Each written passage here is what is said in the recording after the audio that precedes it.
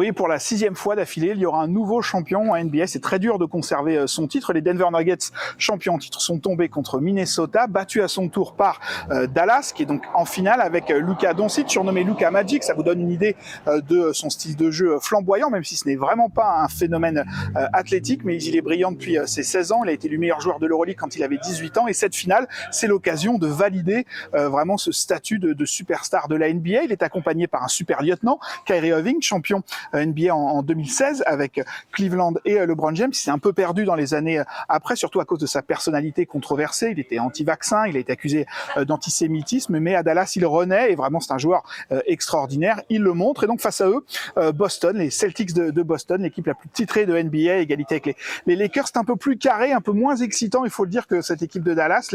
Les Celtics portés là aussi par deux stars, les Jays, Jason Tatum et Jaylen Brown, qui sont tous les deux des joueurs impressionnants également, mais peut-être encore une fois moins excitants au-delà des frontières de Boston. Les supporters de Boston sont connus pour leur ferveur. En tout cas, ils ont la faveur des pronostiqueurs.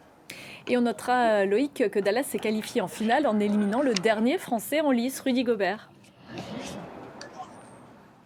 Oui, quand même une belle saison malgré tout. C'était sa première finale de conférence et puis il a été élu, rappelons-le, meilleur défenseur de la NBA. C'est la 4e fois. Seuls 2 autres joueurs ont réussi une telle performance. Il a vraiment changé cette équipe de Minnesota.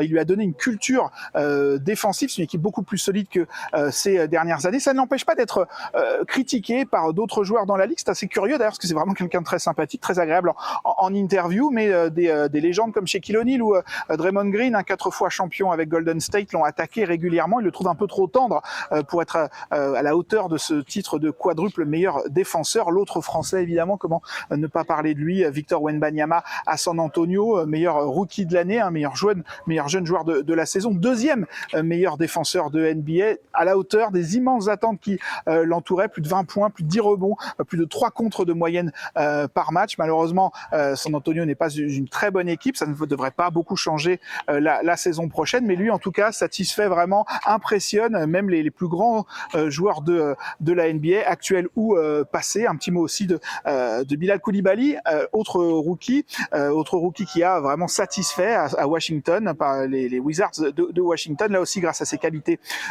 défensives. Il s'est fait une place dans cette équipe, pas la meilleure de la ligue, il faut bien le reconnaître, mais encore une fois, une très belle saison pour le jeune joueur Bilal Coulibaly. Loïc, on sent qu'il y a une nouvelle génération de joueurs français prêts à conquérir la NBA.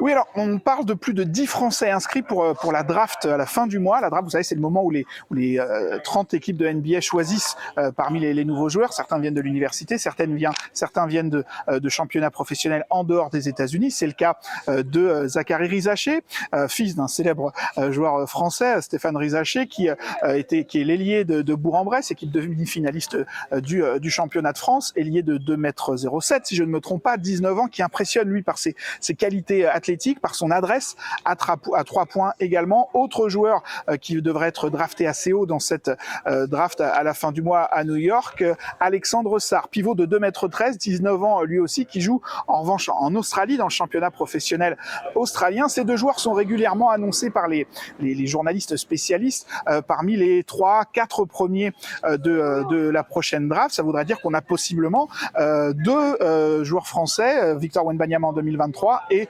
Rizaché ou Sarr, élus sélectionnés en première position de la draft sur 2 années consécutives. Ce serait quand même assez exceptionnel. D'autres joueurs seront là, mais vraiment ces 2-là, c'est ceux qui intéressent particulièrement les recruteurs. Et quand vous êtes drafté haut, la bonne nouvelle, c'est qu'ensuite l'équipe qui vous draft vous fait confiance. Vous avez quand même normalement plus de temps de jeu. Destination possible: Atlanta, qui aura le premier choix de draft, Washington, l'équipe de Bilal Coulibaly, donc Houston, San Antonio, l'équipe de Victor Wembanyama, et Détroit. Normalement, ces 2 joueurs devraient se retrouver dans une de ces 5 équipes.